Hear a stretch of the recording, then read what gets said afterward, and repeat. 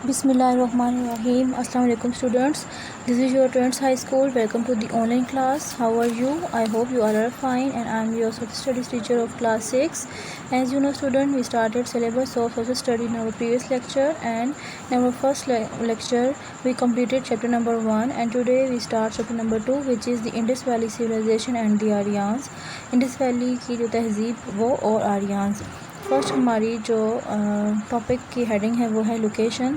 The people of the Indus valley are believe to have been the first known settlers on the subcontinent. The earliest traces of human settlement in this area have been found of Mehergarh, a city in Balochistan. Archaeologists think these small elementary settlements are from around 7000 BCE. BCE stands for before Common Era.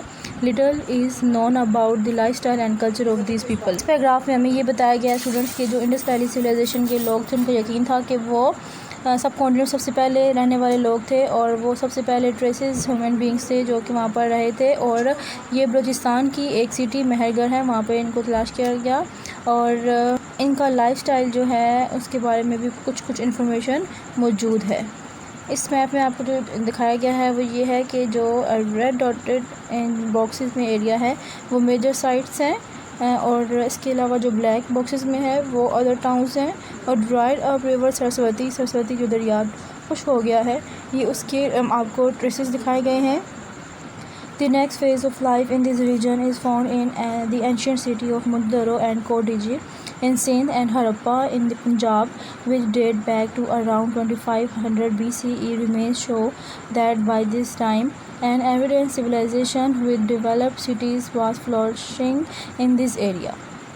जो दूसरा मरहला था इस ज़िंदगी का, जो यहाँ पे इस खत्े में लोग रह रहे थे, जो पुराने इलाके बहुत पुरानी जो उनकी एक्टिविटीज़ थी, मोरिदरो और कोडीजे जो सिंध में है, और हड़प्पा जो पंजाब में है, इनके लोगों की।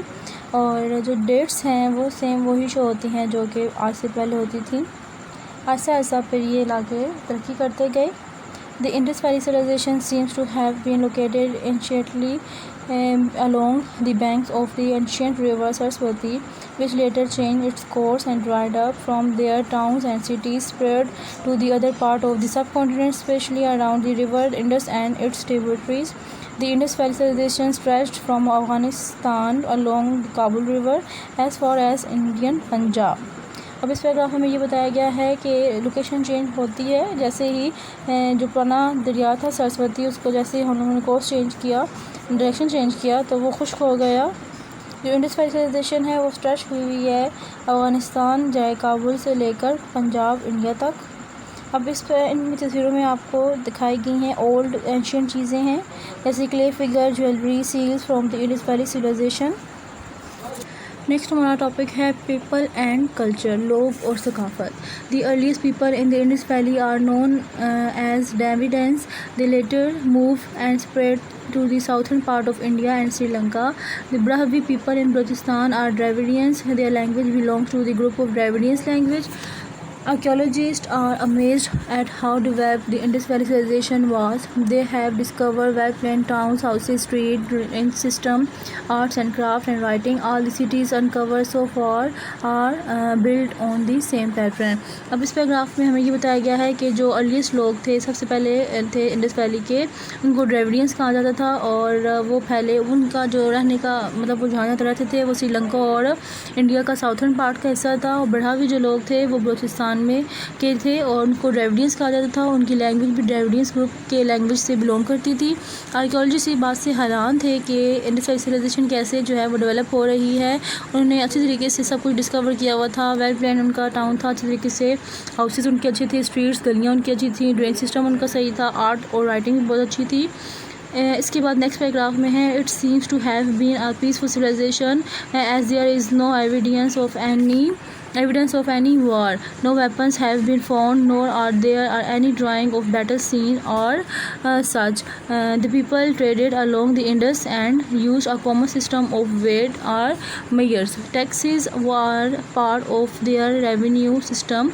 It was a prosperous civilization. अब इस पैराग्राफ में ये बताया है कि ये बहुत ही पुरअमन और पुरसुकून सिविलाइजेशन थी, और इसके बाद का ये सबूत है कि यहाँ पर ना ही कोई जंग के सीन दिखाई की कोई भी इमेज थी, और ना ही कोई वेपन्स मिले, उन्हें हथियार मिले, और यही वजह थी कि यहाँ पर जो है लोग बहुत ही सुकून से रह रहे थे, ट्रेड का सिस्टम यूज़ कर रहे थे और आम मेजरमेंट यानी कि पैमाइश का चीज़ें जो है वो इस्तेमाल कर रहे थे। Archaeologists have also discover some seals यानी कि मोहरें उन्होंने दरियाफ्त की, showing an ancient form of writing, जिन पर पुरानी राइटिंग लिखी हुई थी पुराने वक्तों की, उस दौर की इंस्पिरेशन की।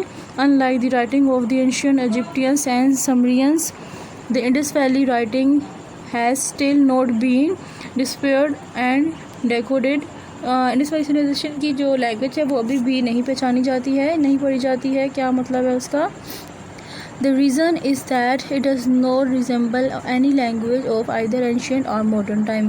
इसकी वजह ये है कि वो जो लैंग्वेज थी वो ना ही पास्ट में कभी ना ही पास्ट की और ना ही अब किसी लैंग्वेज से मिलती जुलती है। Mohenjodaro was a well plan town, the main city was trading activity was trading. जो मोजोदरो है ये बहुत अच्छा एक टाउन है, वेल प्लान है और इसकी यहाँ के लोगों की जो मेन एक्टिविटी है वो ट्रेडिंग है। Students, that is enough for today. आज हम यहाँ तक ही रीडिंग करेंगे। आई होप जो मैंने आपको रीडिंग करवाई है वो आपको अच्छी से अंडरस्टैंड हो चुकी होगी। Take care of your health. अल्लाह हाफिज़।